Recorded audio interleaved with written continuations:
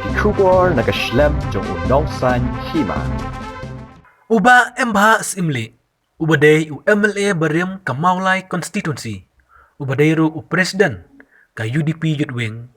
Ularay ba unam ya kunsyo ya ka eleksyon MLA ha usnam arjar fulay. Henry un Krisyan yu ba proses tisok mi. Ubaday u MLA ba menta nakaseng kongres. Lada ukloy banyakon nakaseng UDP ha ka eleksyon MLA kabanlong lasyam snam. Haba unang to kubor layo banyakran markamat beruba embahas imli hakawai kijaka bakerpang hasilong. Ula kubor bakat kum ka kubor belami ha unong san hima kalong kabasisya baun Krisyan yu ba saw kami lada ukloy banyakon nakaseng UDP na maulay konstituensi ha ka eleksyon MLA kabanlong hausnam arjar arpulay. Ha kene kijing ikran uba embaha ulapan pau baka UDP maulay circle kadap terway ka tiket ya uba taibor pathaw uba day lipa u MDC ka maulay konstituensi ublapan ya so ila day kum perlop ha kaseng UDP ni associate member.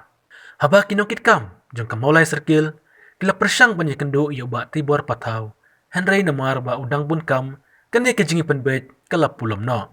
Haba uba taibor umpat don por banya kendo ya kinokit kam ka UDP maulay circle.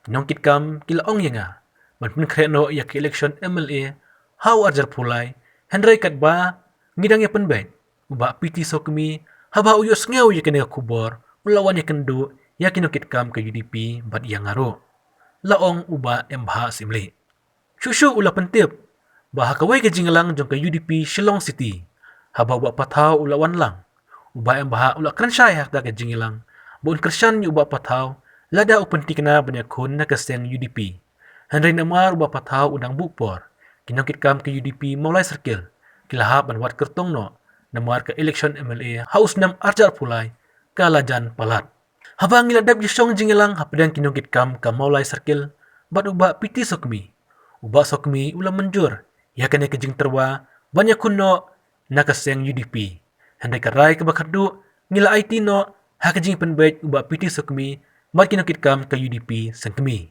loong biang uba embha watla uba embha simli klem kansyai Henry layo jing tip ba uba embha un Krisyan ni uba piti sokmi ha ka eleksyon MLA but un sayak hun yalade ha ka eleksyon MDC kanang baka UDP kanyo biang ya kajing job ha kinikisnam bandangwan.